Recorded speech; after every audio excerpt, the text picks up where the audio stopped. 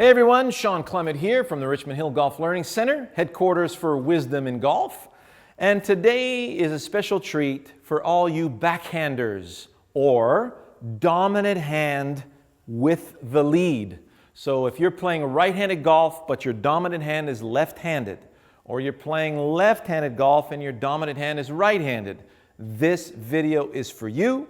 I've had several questions and several beefs as to I was ignoring you guys and gals, and I apologize for that. There's just so much to do in this game, but this video is for you guys. It'll be a regular reference that you can put into, and so we're going to run the whole gamut. I'm going to give you analogies that really ring home for you. Okay? So now, I played basically every sport in the book before I started playing golf in my early teens, in my double digits, that is.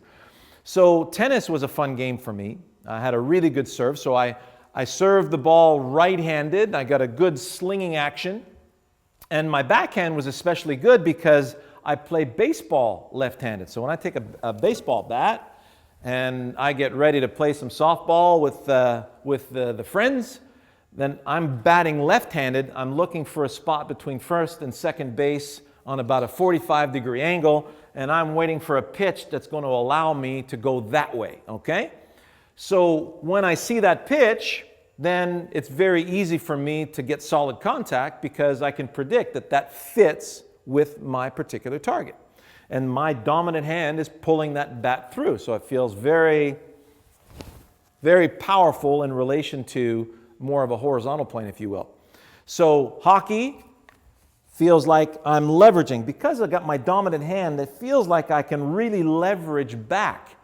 So as you're performing that task, notice you're leading here, but as you're releasing through, that lead hand is actually pulling down and under, and it's forcing the trailing hand over and through.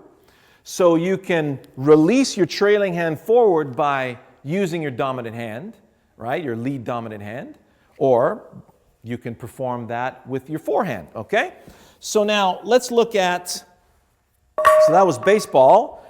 Tennis is very, very much the same thing. So when I'm playing tennis with a topspin backhand in tennis, and I really want to drill one down there, I'm really feeling how I'm gathering that backhand here.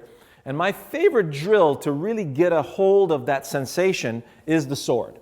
So if you take a golf club, turn it upside down. So I'm going to pretend my lead hand is my dominant hand here. So imagine I got a nice bamboo shoot that's coming up from the ground, and I'm going to gather the sword back. So notice how I'm turning my whole body and I'm bringing my sword as far away from my body as possible.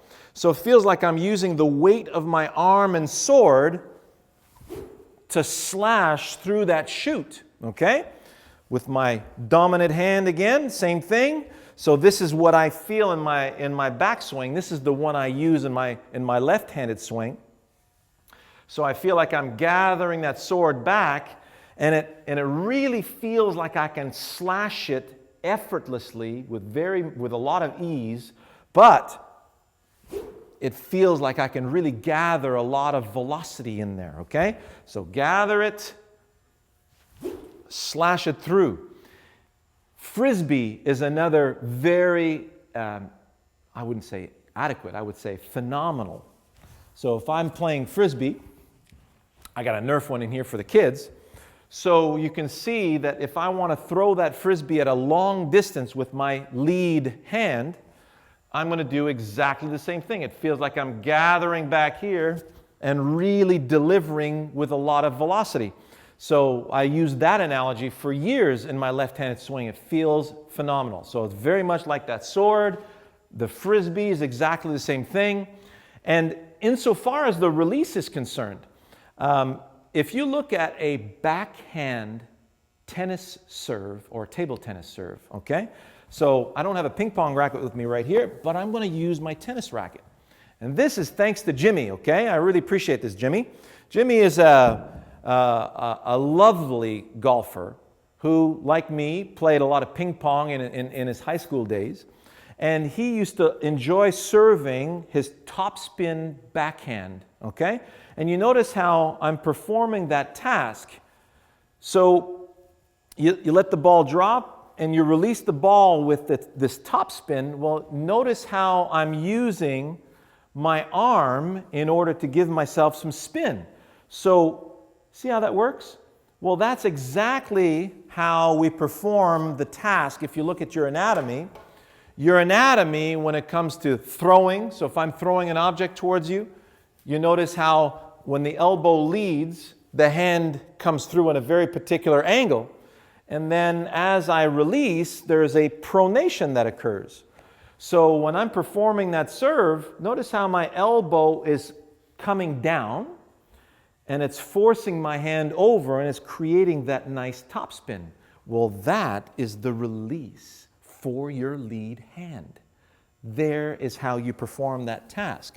So just a nice way of resuming that release right here. And that actually helped, develop my left-handed getting out of the way of my dominant right hand.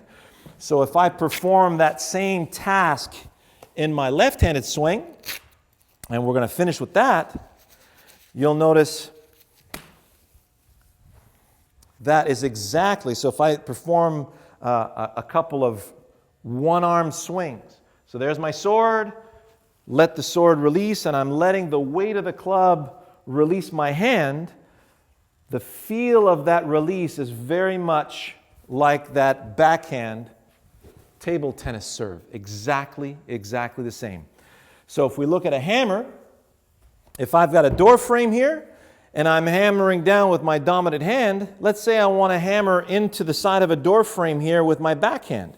So you can imagine that door frame still there. Notice how I'm turning my back to it. Now it feels like I can really gather a hammer to pound that nail into the door frame. Now, after the hammer's gone through the door frame, the weight of the hammer needs to relieve the anatomy. There it is.